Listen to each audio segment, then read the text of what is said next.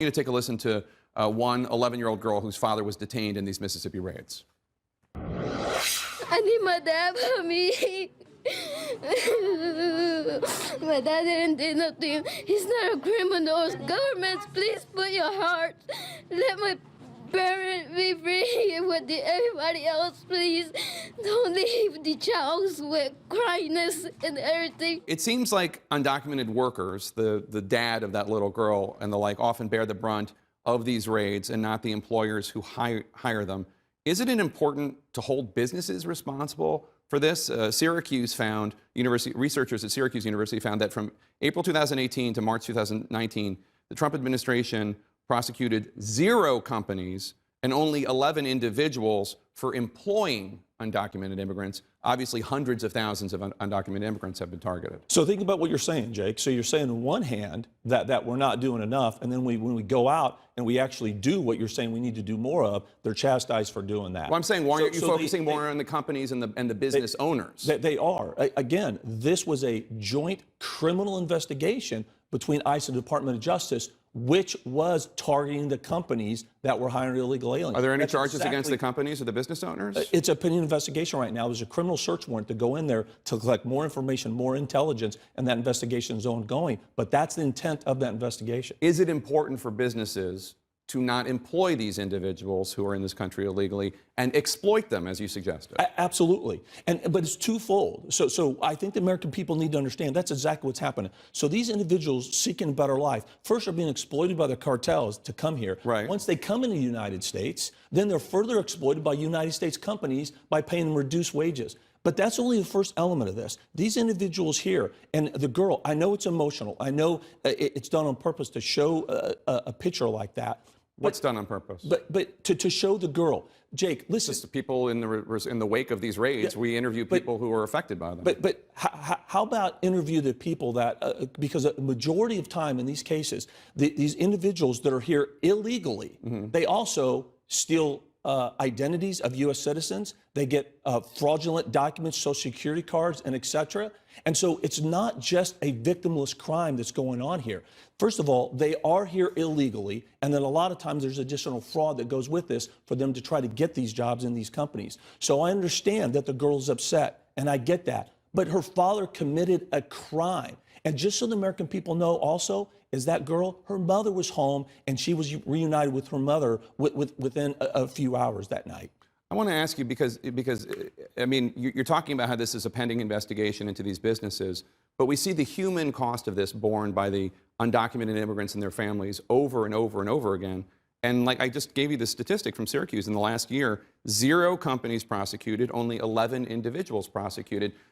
I mean, if you focused on the companies, wouldn't that have more of a deterring effect than going after these individuals who are desperate? So Jake, again, this is the third time. That was the intent of the investigation. But I'm talking about in the last year, only 0 companies and 11 individuals for the last year. I can't speak to the Department of Justice on how many cases they have. I'm the commissioner of CBP, so I'm not involved in those investigations. But what I can tell you is that's exactly what this investigation was about. And again, let's go back to words matter. These aren't undocumented immigrants. They are illegal immigrants. They are here in this country illegally. They're obtaining jobs illegally. So I think words matter. And let's keep in mind that ICE, during this target enforcement operation, they took extraordinary efforts to make sure that when everyone that was apprehended, they actually had agents dedicated full-time during this operation, that they did nothing but be prepared to reach out to schools, to reach out to daycare. And every single person that they apprehended, the first question that they asked was, do you have a child? Where are they? Are they at daycare or are they at school? They had phone banks there for everybody to call to reach out to their loved ones and their children. Again, these agents contacted over 12 schools, and they made sure that they were had a full understanding of where everybody else. And that's why over 300 of the 600 plus that were arrested were reunited on humanitarian reasons, because they had kids, they had children, they were released on their own recognizance.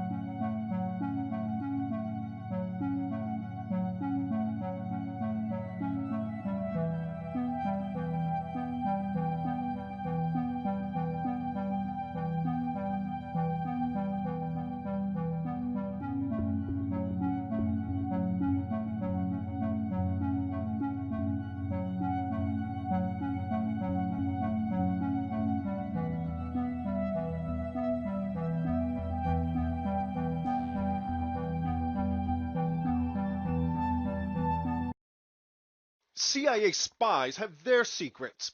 So do the men in special ops. But they can't compare to the National Security Agency. The NSA is the most secret agency in the country. It's far more secret than the CIA. The NSA is headquartered in a highly secure section of Fort Meade Army Base in Maryland, and it's building a new surveillance center in the middle of a Utah desert.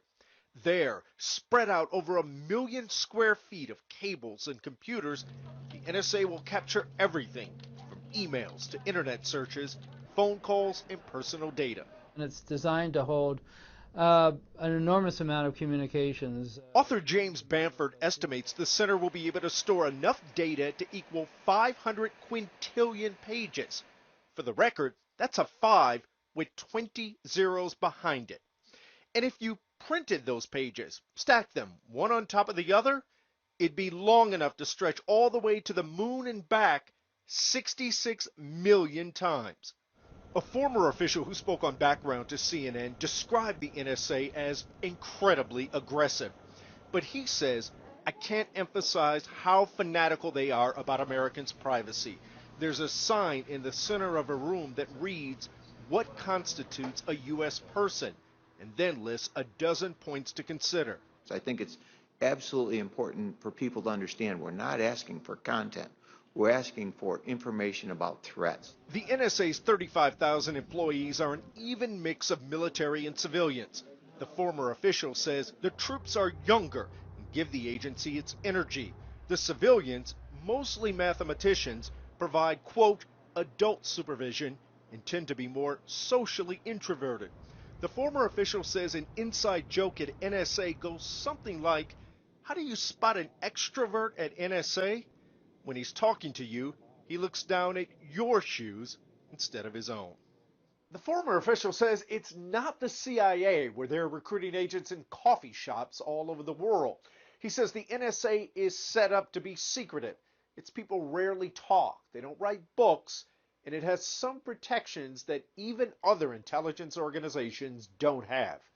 Chris Lawrence, CNN, The Pentagon.